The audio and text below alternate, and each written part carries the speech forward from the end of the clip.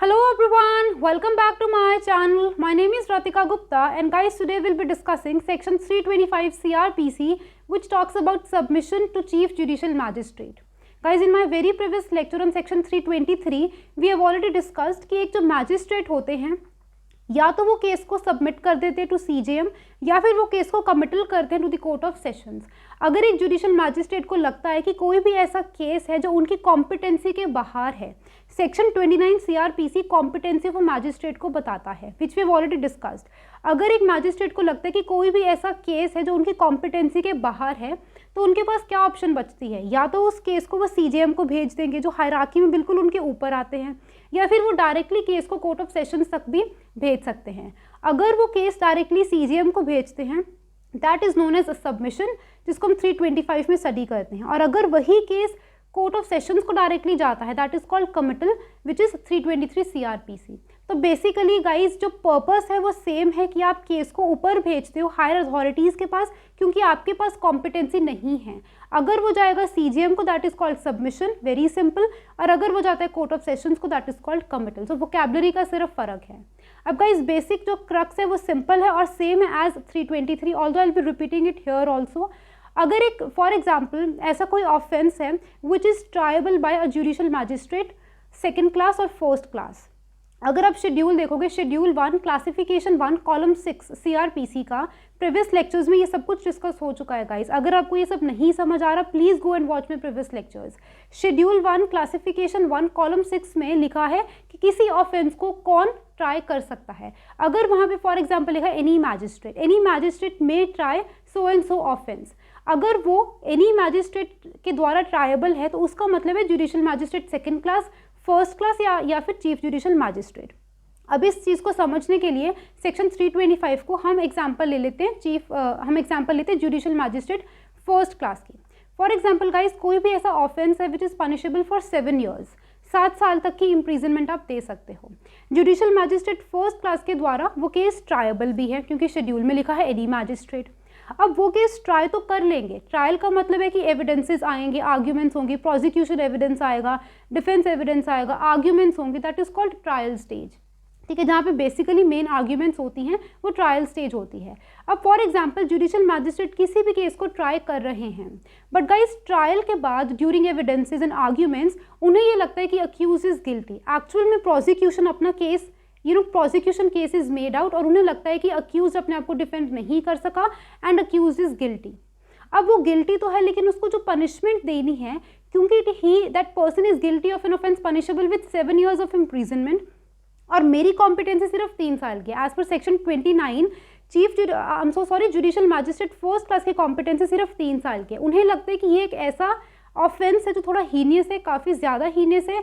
3 साल तक की punishment will not be in the lights of justice. अगर जस्टिस करना है तो पनिशमेंट ज़्यादा देनी होगी, एटलीस्ट 3 साल से ज़्यादा, 7 साल तक कोई भी हो सकती है क्योंकि वो उनकी कॉम्पिटेंसी से बाहर है, वो 3 साल से ज़्यादा पनिशमेंट इन्फ्लिक्ट नहीं कर सकते।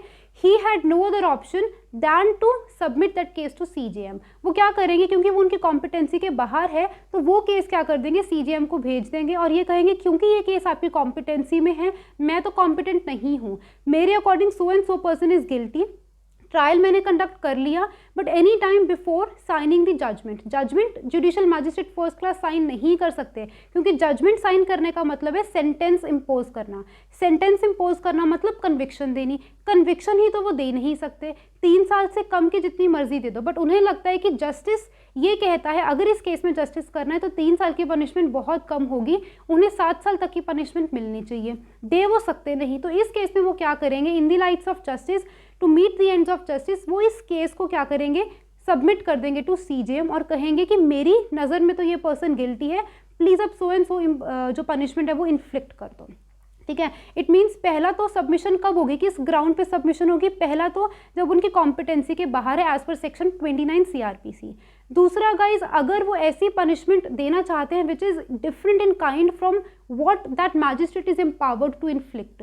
डिफरेंट इन काइंड आपको वर्ड दिखेगा सबसेक्शन 1 में, उसका मतलब है बेसिकली फॉर एग्जांपल प्रोबेशन का मतलब होता है गुड कंडक्ट पे, गुड बिहेवियर पे किसी इंसान को छोड़ देना। वो जेल में है लेकिन आप उसको छोड़ देते हो गुड कंडक्ट पे। अब प्रोबेशन जो है वो judicial magistrate first class probation के ऑर्डर्स नहीं दे सकते, आप प्रोबेशन के लिए अलाउ नहीं कर सकते। तो it means for example confiscation of property, किसी इंसान की प्रॉपर्टी को कन्फिस्केट कर लो, ये सारे जो ऑर्डर्स होते हैं ये जुडिशियल मैजिस्ट्रेट फर्स्ट क्लास की एम्पावरमेंट में नहीं होते, उनकी जुरिस्डिक्शन में नहीं होते। तो अगर कोई भी ऐसा ऑफेंस है जिसके लिए पनिशमेंट उनकी कॉम्पिटेंसी के बाहर है एज पर सेक्शन 29 CRPC, या फिर एक ऐसी punishment है which is different in kind from what that magistrate is competent or empowered to inflict।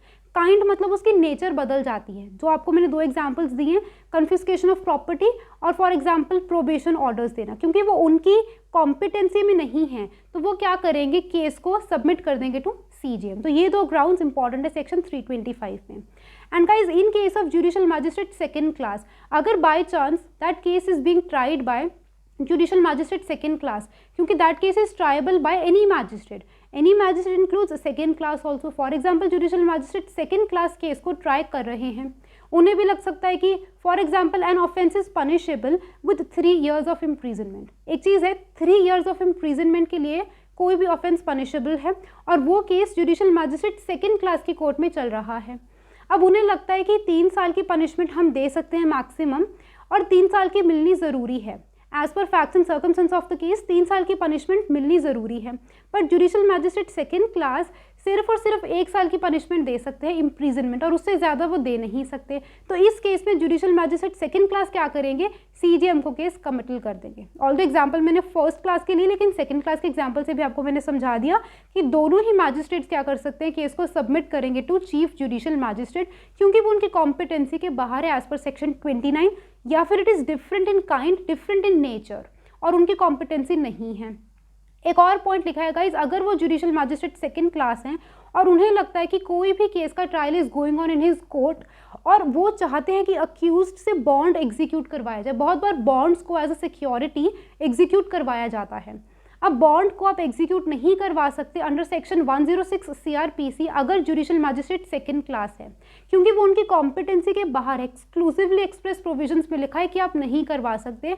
तो अगर आप बॉन्ड एग्जीक्यूट करवाना चाहते हो, जुडिशियल मैजिस्ट्रेट सेकेंड क्लास को लगता है ट्रायल के दौरान that bond ought to be executed, it should be executed under 106 CRPC, but क्योंकि वो उनकी कॉम्पिटेंसी के बाहर है, डिफरेंट इन काइंड है, तो वो क्या करेंगे, in that situation he will record his opinion और वो क्या कर देंगे, केस को सबमिट कर देंगे टू CJM।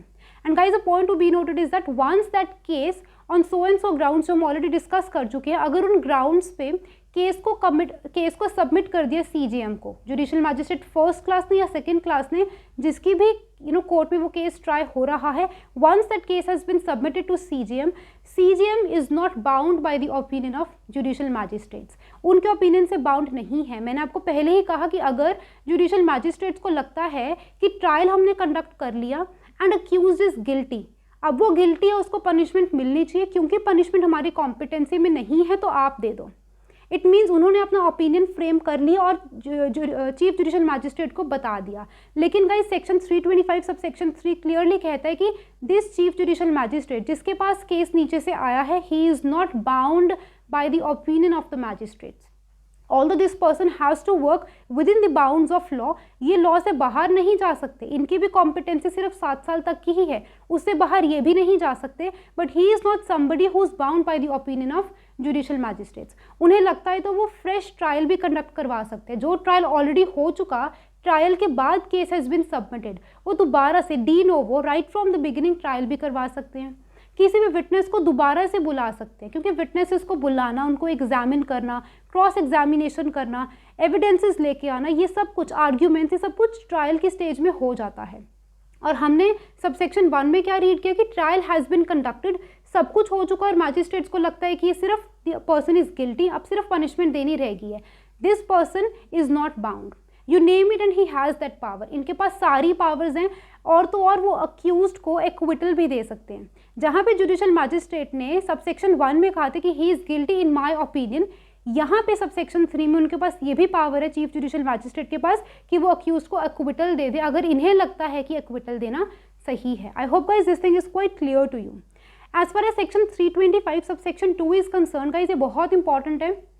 सबसेक्शन 2 कहता है कि अगर एक से ज़्यादा अक्यूज्ड को एक साथ ट्राई किया जा रहा है, फॉर एग्जाम्पल गाइज, एक ही ट्रांजेक्शन में एक से ज़्यादा अक्यूज है, बहुत लोगों ने इकट्ठे मिलकर एक ऑफेंस कमिट किया है, ठीक है, एक ही ट्रांजेक्शन में किया है, तो वो सारे लोगों को एक ही साथ ट्राई किया जाएगा। अब अलग अलग ट्रायल हर इंसान के लिए नहीं चलेगा, that is not practically possible and administratively convenient भी नहीं है। जब बहुत सारे लोगों ने एक ही ट्रांजेक्शन में एक ऑफेंस कमिट किया है तो सभी लोगों को जॉइंडर ऑफ अक्यूज हो जाता है और सभी लोगों को एक ही साथ ट्राई किया जाता है। सबसेक्शन 2 ये कहता है कि अगर जुडिशियल मैजिस्ट्रेट को लगता है, जिसके पास पहले केस था, जिन्होंने अभी सबमिट करना है case, judicial magistrate first class या सेकंड क्लास को लगता है कि हमें जो अक्यूज्ड हैं उनको सबमिट करना पड़ेगा, क्योंकि अगेन कॉम्पिटेंसी के बाहर है, डिफरेंट इन फॉर्म, नेचर भी डिफरेंट है, तो हमें उनको सबमिट करना पड़ेगा, तो उन्हें एक को नहीं सारे के सारे अक्यूज्ड को एक ही साथ सबमिट करना होगा। अगर उन्हें लगता है कि उनकी ओपिनियन में, for example guys there are 3 accused, 3 total accused हैं, उनमें से एक मैजिस्ट्रेट को लगता है कि उसको एक्विटल देनी ज़रूरी है, he is not guilty. Subsection 1 में मैंने आपको कहा कि उनका एक ओपिनियन फ्रेम हो चुका है कि सो and so person is guilty, but अगर 3 में से किसी एक का उन्हें लगता है कि ही इज़ इनोसेंट, अगर वो इनोसेंट है तो जो आपके जुडिशियल मैजिस्ट्रेट फर्स्ट क्लास है उस इंसान को वो एक्विटल दे देंगे, एक्विटल जजमेंट साइन कर देंगे उसकी फेवर में, और बाकी 2 को उन्हें क्या करना पड़ेगा, सबमिट करना पड़ेगा सीजीएम को, इर्रिस्पेक्टिव ऑफ द फैक्ट कि उन 2 में से किसी एक की पनिशमेंट उनकी कॉम्पिटेंसी के विद इन थी। अब 3 है, 3 अक्यूज्ड हैं, तीनों ने एक साथ ऑफेंस कमिट किया है, एक एविडेंसेस के बेसिस पे एक अक्यूज्ड के खिलाफ कोई एविडेंसेस नहीं आते और जुडिशियल मैजिस्ट्रेट को लगता है कि ये इंसान इनोसेंट है, आप उसको तो छोड़ सकते हो, he is not guilty in your opinion, आपके ओपिनियन में आप उसको आगे सबमिट नहीं करोगे क्योंकि वो आपके ओपिनियन में गिल्टी नहीं है, आप उसको एक्विटल दे के बरी कर दो। लेकिन बाकी के जो 2 लोग हैं, सपोज उनमें से एक इंसान के लिए आपको लगता है कि 3 साल की पनिशमेंट सफिशिएंट है और दूसरे को ज़्यादा पनिशमेंट मिलनी चाहिए ना, इर्रिस्पेक्टिव ऑफ द फैक्ट कि एक इंसान को पनिशमेंट देना आपकी कॉम्पिटेंसी में था, आप उसको अपने पास रख के सिर्फ एक इंसान को कमिट नहीं करोगे, सबमिट नहीं करोगे सीजीएम को, आपको सारे के सारे अक्यूज को एक साथ सीजीएम को क्या करना पड़ेगा, सबमिट करना पड़ेगा। फर्क नहीं पड़ता कि उसमें से किसी एक इंसान को पनिशमेंट देना आपकी कॉम्पिटेंसी में था, क्योंकि there is something called joinder of accused. जब ट्रायल एक साथ चल रहा है तो आपको सभी को एक ही साथ सबमिट करना पड़ेगा, ये नहीं कि कुछ को अपने पास रख लिया और बाकियों को सबमिट कर दिया। सिर्फ और सिर्फ वही इंसान सबमिट नहीं होगा, फॉरवर्ड नहीं किया जाएगा जो जुडिशियल मैजिस्ट्रेट की ओपिनियन में गिल्टी नहीं है। अगर वो इनोसेंट है तो उस इंसान को आप एक्विटल कर दो और बाकी सबको आपको क्या करना पड़ेगा, चीफ जुडिशियल मैजिस्ट्रेट को सबमिट करना पड़ेगा। I hope guys this thing is quite clear to you. So this was all about section 325 CRPC. I'll be coming up with many more sections on CRPC guys. Till then guys, keep learning, keep shining, stay safe and bye bye.